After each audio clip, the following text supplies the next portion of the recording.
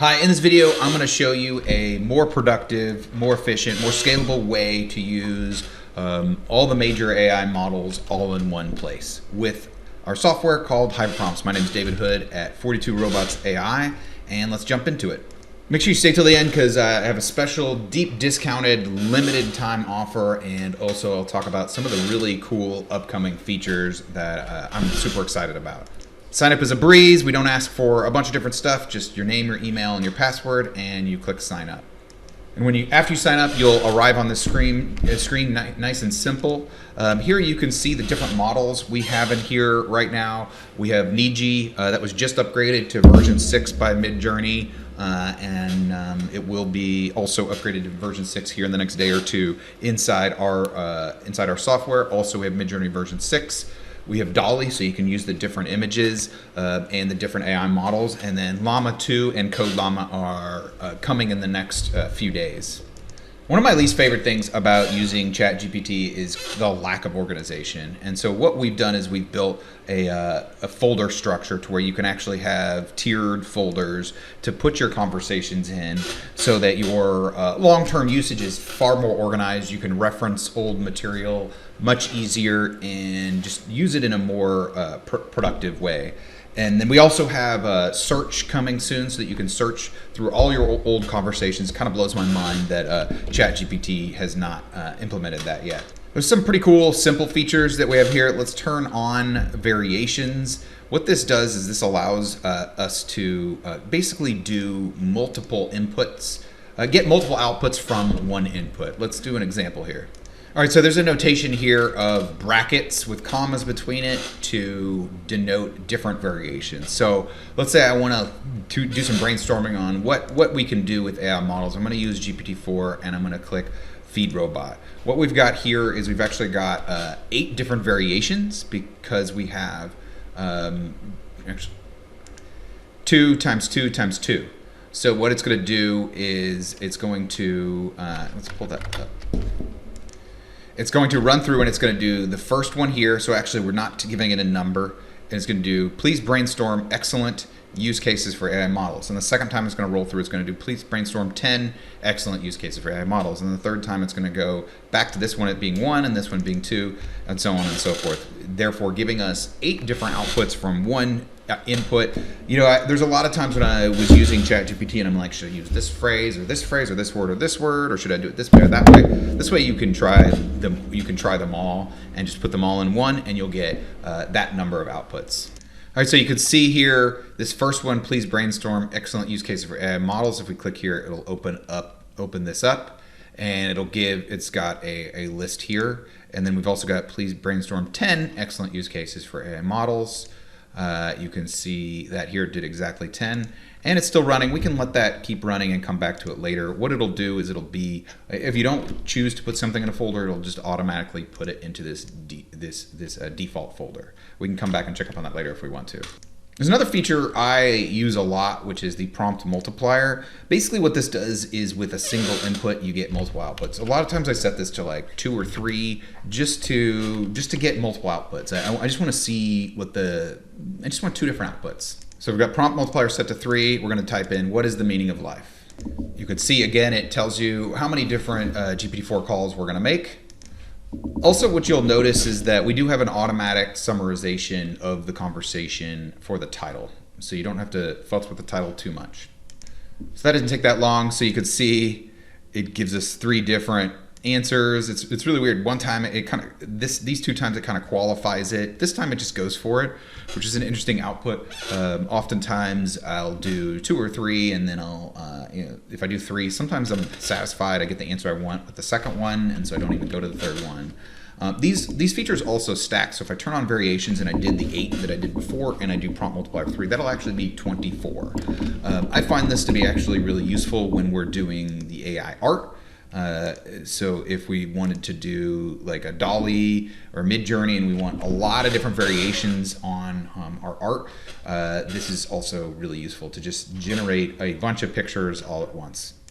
One of the big challenges with AI models is access to update information. And so we have a feature in here called SAG, or Search Augmented Generation. Basically what it does is it goes and it grabs relevant information on the internet and throws it into the context window. So here's an example where we ask, who is Twitter's current CEO, without Search Augmented Generation, and it says as of November 2021, blah, blah, blah. This is definitely wrong. If we go here, what we've got is, you can see I use this notation, and we're going to have a visual feature to do this in the near future, but right now you just kind of do the brackets and SAG, and then who is Twitter's current CEO, and here's what it does. Now, there's a bunch of extra junk in here for context. Basically, this is the model response, and this is going to look a little cleaner maybe by the time you see this. And then everything after this is the context that the model used to answer the question. And so this, in this case, it gives the correct answer. And it has like this little, it's turned a little red because we've amplified it with some extra context. You can also share your conversations by making it public. And therefore, so if I go in here and I click on it, there's a URL. Here, I'll drag this down. You can see the URL. You can just copy and paste this URL to anybody, and they'll be able to see the conversation. Here we go, I'll show you. This is what they'll see. So I've copied in that exact conversation, and they have this in here. And so you can share your cool conversations, your cool pictures with your friends. Another thing you could do is you can actually mix and match in the same conversation. So we can do Midjourney, and now we can do DALL-E 3 to mix these up. So we can actually ask for it to draw pictures of these samples, or do something like that. Because sometimes what you're doing is you need to do text, and then you take that text and you put it into images. You don't have to change into a different conversation. You can have that all in the same conversation. So we have a lot of cool stuff that's coming out really soon. The quality booster, it doesn't quite work right now, but I think it'll be working here in the next few days. And what this does is, if you've read the paper on Tree of Thoughts, it basically generates ideas to answer your question, then evaluates those and picks the best one, and then it loops through for however many times you want. So this does use a lot of credits because it's doing a lot of AI model calls, but when it is working, it does actually produce a higher quality of a result. There are certain types of inputs that it has trouble with, like if you're asking for a list, then it's kind of like a list nested in a list, and it kind of can get confused. Also, you don't really want to use this with GPT 3.5. You almost certainly want to use it with GPT 4 every time. We have search coming, so you can search. You'd be able to go into and search through all your old conversations, which I think is very useful. We have Llama 2 and Code Llama. We're working on agents. We have scheduling, so you can schedule, maybe run the same query every day. Data analysis and team collaboration are all on our agenda. So now I'm going to tell you about like the pricing and what our special is right now. So it is a credits basis since we're paying for the API calls. This does mean that you can use, we try to be pretty generous with the credits. So there's with ChatGPT, there's an hourly limit. With GPT-4, with this there's no limit, and you could use GPT-4 many times with either one of these any one of these paid plans. This is a lifetime recurring discount of 52%. So if we go here and we click here, I've got the coupon right here. You can see right here, 42 answer is the coupon code, and it reduces it down by 52%. This will work for the Pro plan and the personal plan. You can do either one with the coupon. So you can get access to GPT-4 and other non-OpenAI models for less than the cost of ChatGPT on a forever going forward basis with this coupon code. I highly recommend you try it out just to at least see if there's some value there, if you see some potential, and look out for some more details over the coming weeks as we release several of these new features and make things better overall for the user. Okay, if you're still with me, there's another thing I want to mention real quick, which is sort of like where are we taking this long term? So if you really want to get value out of this, you need to be able to use this for the long term.